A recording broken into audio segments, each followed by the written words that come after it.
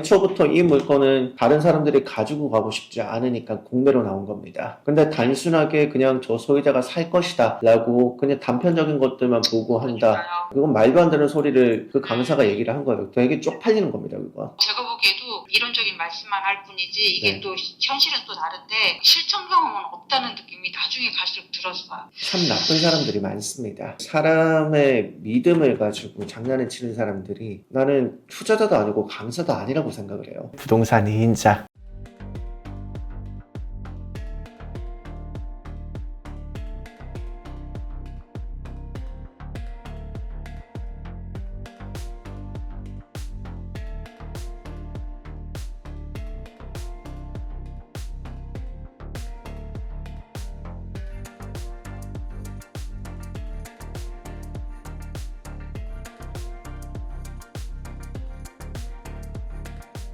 목소리 들으니까 기억나네요. 네, 언니랑 같이 갔었어요. 아, 네네, 기억납니다. 지인분을 네, 오셨던 맞아요. 분. 네네. 맞아요. 그래서 제가 그때 에서 공매로 지분 토지를 이제 낙찰받았는데 저희가 지분권자가 5명인데 거기 중에 이제 한 명이 요즘에 보이스피싱도 많고 한데 못 믿겠다 그러면서 다들 또 안 한다가 된 거예요. 네. 그래서 지금까지 이제 오게 됐는데 네. 제가 이제 부동산 전화를 해보니까 지금 상황이 또 예전보다 조금 더 어려워진 상황이라는 거예요. 그래서 네. 제가 지금 거진 이제 한 2년 차 가지고 있는데 2년, 계속 네. 이렇게 있는 게 좀 그래서 우리가 수업을 실전만 받을 때 어려운 거 있으면은 얘기하라 이렇게 얘기하셨다고 해서 혹시 가능한지 해결이.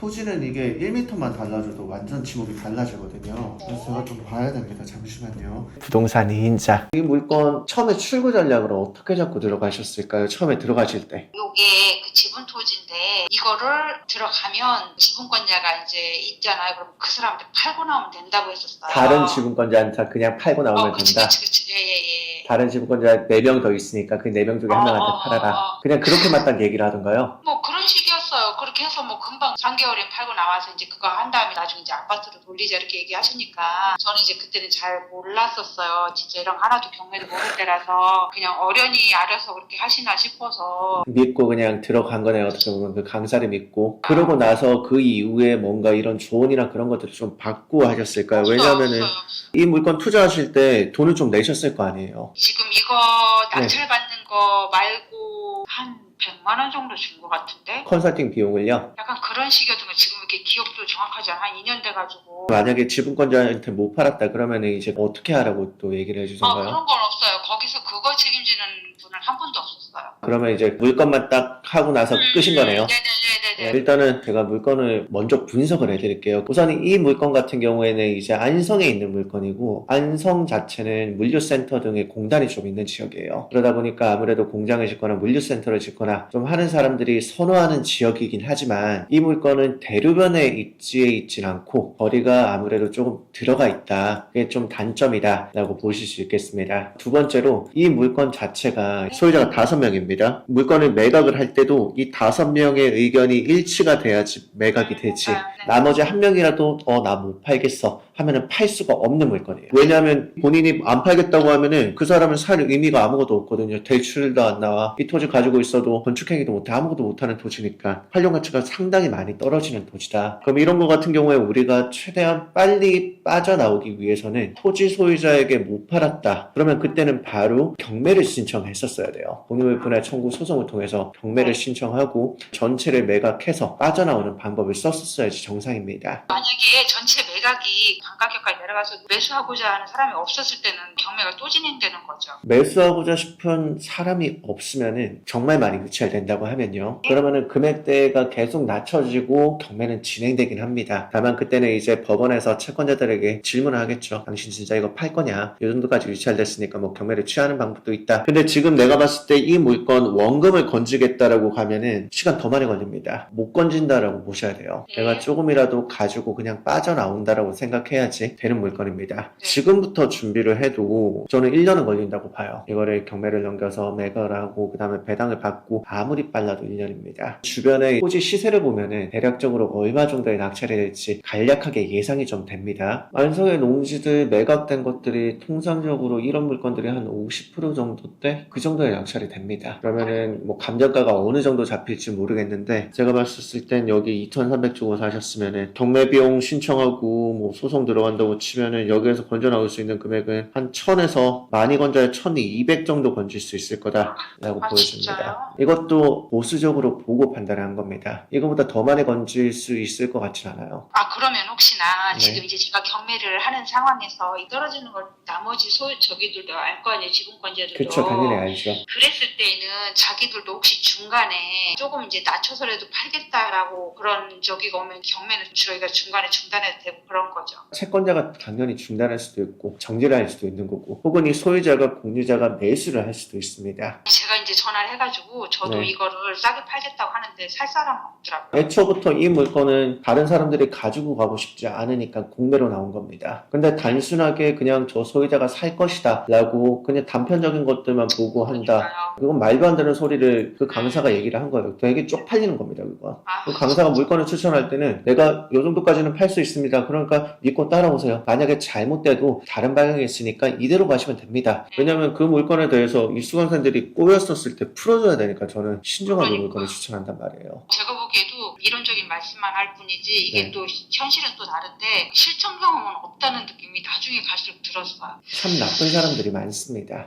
사람의 믿음을 가지고 장난을 치는 사람들이 나는 투자자도 아니고 강사도 아니라고 생각을 해요. 강사면 적어도 같이 해결해 보려고 노력이라도 했을 거고 투자자였으면 이런 물건을 보여주지도 않았을 텐데. 부동산 2인자. 제가 한번 물어봐달라고 했을 때 언니는 100만 원 정도 들고 나 혼자만 들어가도 된다고 하는데 처음 들어본 내용이라 그거는 무슨 말씀이셨을까요? 지분에 대해서 근저당이나 혹은 소송을 통해서 강제경매 또는 임의경매, 지금 같은 경우에는 임의경매를 신청하는 방법이 있고요. 그 지분, 이것도- 소유권에 관해서만 딱 넣는 겁니다. 그럼 이게 제 거 지분에 의해서만 이게 넣는 거는 비용이 더 조금 들겠네요. 어쨌든 그 경매 비용은 한 300 정도 들어간다고 보셔야 돼요. 그리고 그거를 해줄 만한 사람을 또 찾아봐야 되고요. 그게 굉장히 번거로운 작업이기 때문에 그리고 나중에 또 배당도 받으러 가야 돼요. 이거는 딱 정해져 있는 비용들이 있습니다. 그 이하로는 줄일 수 없는 게 있어요. 그러니까 그 비용도 암만 못해도 한 2, 300 정도 들어갑니다. 경매로 넣더라도. 경매 비용까지 합치면 그것만 해도 500이잖아요. 그럼 이게 전체를 매각한다고 치면요. 그거는 소송으로 가야 됩니다. 국립문화 청구 소송으로. 그러면 당연히 더 많이 지금 들고. 말씀하신 제 지분에 의해서만 하는 것은 조금 네. 기간은 더 짧게 진행될 수도 있나요? 기간은 좀 더 짧죠. 그래도 넉넉하게 1년을 잡으라고 봅니다. 매각되고 배당하고 그 절차들이 또 시간이 걸리니까. 제가 이렇게 근저당 설정하고 하는 게 그네들한테 손해가 가요. 전혀 없습니다. 내 소유권에 대해서만 매각을 하는 거니까요. 여기에서 그 사람들이 불안감을 느끼는 거 하나입니다. 다음번에 내가 저 사람처럼 다른 소유자가 생길 거 아니에요. 그러면 이번에 매각을 반대했던 그 사람처럼 매각을 안 하면 어떻게 하지? 그런 걸로 협상의 포인트는 가지고 갈 수가 있죠. 이거 신청해도 어차피 저는 그냥 딱 답이 나와 있구나. 제가 이 근저당 설정하는 걸로 가버리면 1000에서 1200 떨어지는 걸로 이렇게 딱 그냥 되는 건가 봐요. 1년 뒤에 우리가 배당을 받는 거니까 정확하게 판단할 수 없습니다. 배당을 못 그러니까 받을 수도 있잖아요. 아니요, 배당을 못 받진 않죠. 어쨌든 그 경매로서는 다 낙찰은 됩니다. 저렴하기 때문에 사는 사람들이 반드시 있거든요. 그럼 이제 한 700이 남는 꼴이 될 수도 있겠다, 그죠?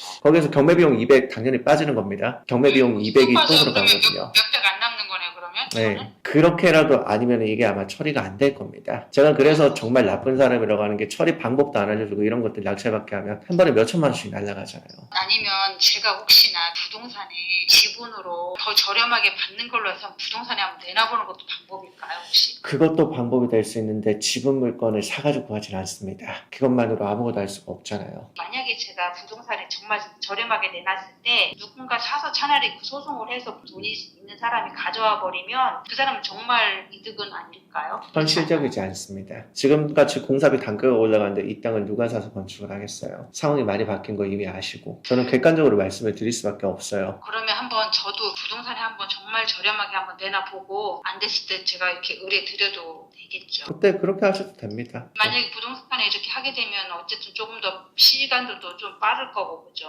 부동산에서는 일단 지분 물건은 거진 처리를 못 합니다. 제가 저런 물건들을 이제 경매로 다 빼드리니까 알거든요. 이게 나가는 물건이다, 안 나가는 물건이다. 토지 살 때는 기본적으로 여기 도시군 관리 계획도 봐야 되고, 여기 앞으로 어떻게 발전할지도 보고 원래 사야 되는 게 토지인데, 잘못 건드린 거죠, 이거. 제가 또 한 번 좀 알아보고 전화 드릴게요. 알겠습니다. 알아보시고 연락주세요. 부동산 2인자. 도대체 뭐 하는 작자들입니까? 무식하죠. 내가 이거는 강사라고 보기도 좀 힘들고 컨설팅을 해주는 업체라고 보기도 힘들고 난 그냥 양아치라고 보이는데요. 이거 일단은 이 상황 세 줄 요약해주세요. 상담이 하나 들어왔는데 거기에서 처리 못하는 부동산을 가지고 왔다. 근데 그 물건 자체를 제대로 된 컨설팅 없이 낙찰만 받게 하고 사후 조치가 전혀 안 됐다. 교육비 700만 원 내고 컨설팅비 100만 원 내고 총 800만 원에 땅 하나 낙찰받게 했는데 이 땅은 팔리지 않는 땅이었고 문제가 굉장히 많은 땅을 그냥 수강생한테 떠넘겨버렸다. 낙찰 사례 만들려고. 여기서 어떻게 하는 게 최선의 방법인가요? 투자금이 지금 2,300 정도 들어가셨더라고요. 나는 거기에서 40%만 건져 나온다라는 생각으로 가시면 좋습니다. 아니면은 아예 팔 수가 없는 땅이야. 한 7, 800 정도 건져서 나온다? 그렇게라도 횟수를 해야 되니까. 대부분은 그런 선택을 못 할 것 같은데요. 다 힘들죠. 손절을 하고 손해를 인정하고 받아들이고 하는 거. 제가 지금 상담을 정말 많이 했거든요. 1000명 아마 넘었을 겁니다. 근데 그런 얘기를 들을 때마다 나도 마음이 무겁습니다. 근데 저는 이미 그 일을 10년째 하고 있으니까 이 부동산이 앞으로 어떻게 되겠다 딱 판단이 되잖아요. 살릴 수가 없어. 살릴 수 있는 건 나 어떻게든 살려드립니다. 근데 그 못 살리는 것들은 손해를 인정하고 손실을 인정하고 조금이라도 받고 차라리 이 다시 남은 돈으로 뭔가를 새로 시작하는 게 시간적인 측면에서 효율적이고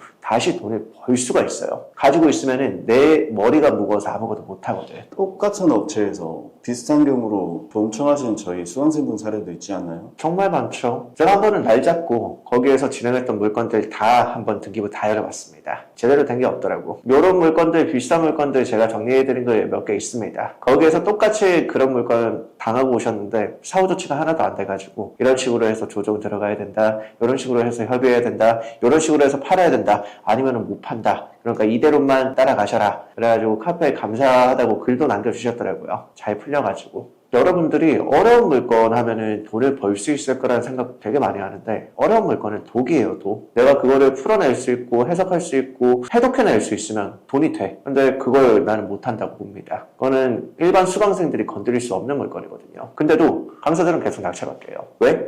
그렇게 낙찰받은 그 사례로 다 남거든. 100개 중에 하나만 잘 됐대요. 하나로 여러분들에게 영상을 찍을 거니까. 보세요. 잘 됐죠? 우리 이렇게 해서 성공적으로 투자하고 있습니다. 특수물건 해결할 수 있어요. 그 한 건 1%만 딱 공부를 합니다. 그럼 나머지 99% 그 수강생들은 어떻게 돼? 나는 그런 행동을 하는 강사들을 보면 제가 욕을 잘 안 하는데 욕이 나올 수밖에 없어요. 딱 보이거든. 진짜 더럽게 한다. 저렇게 해가지고 나중에 그 업을 어떻게 감당하려나 난 모르겠네. 혹시나 부동산 가지고 있는 물건들 해결 안 되거나 혹은 사기를 당했던가 아니면은 비슷한 뭐 지분 물건을 낙찰을 받았다 아니면 뭐 법정 사건에 낙찰을 받았다 이런 물건 해결을 좀 하고 싶은데 도저히 내가 정리가 안 된다 도와달라고 하는 물건들이 있으면은 저희 카페나 아니면 저희 채널 통해서 연락을 주세요. 제가 그 물건들 보고 살릴 수 있는 거는 최대한 한번 살려보겠습니다. 부동산 2인자. 내가 이거는 늘 하는 얘기인데 높은 수익률 보고 하면 그만큼 리스크가 큽니다. 안전하게 하세요, 제발. 안전하게, 안정적으로 돈 벌 수 있는 방법 얼마든지 많거든요. 유튜브 영상에서 물건들 수강생 번호를 공개를 하는 게 등기부 열면 이 물건 얼마에 사서 얼마에 팔았네? 거기 다 나와 있기 때문에 그래요. 그리고 기본적으로 우리 수강생들은 전부 아파트만 건드립니다. 왜냐면 그게 수강생들이 건드릴 수 있는 마지노선이라서 그래요. 아파트 중에서 권리가 좀 꼬여있는 것까지. 그러고 나서 한 2건, 3건 정도 본인이 경매로 시드머니 좀 모았다. 투자금 모았다. 그럴 때는 내 수강생한테 항상 얘기합니다. 토지 하셔도 되고 상가 하셔도 된다. 공장 하셔도 된다. 다가구 하셔도 된다. 시드머니 불렸으니까 이 남는 돈으로 해보시고 실패도 한번 경험해 보셔라. 막히면 내가 도와드릴 테니까 언제든지 한번 해보시고 사전에 나한테 연락만 한번 해달라. 그러면 내가 출급 전략 다 잡아드린다. 라고 저는 얘기를 합니다. 강사가 적어도 그 정도는 해야지. 그래야 강사지. 아무것도 없이 그냥 수강생한테 낙찰받게 하고 도움도 못 주면 그게 무슨 강사예요. 그거는 강사가 아니라 이런 말 하면 안 되지만 사기꾼입니다. 수강생한테 정확하게 출근 전략 못 세워주고 특수물건 들어가게 하는 거. 그거는 본인 살겠다고 수강생 죽이겠다는 겁니다. 높은 수익률로 현혹시켜가지고 특수물건 하라고 그거 제발 좀 더러운 짓 좀 하지 맙시다 우리.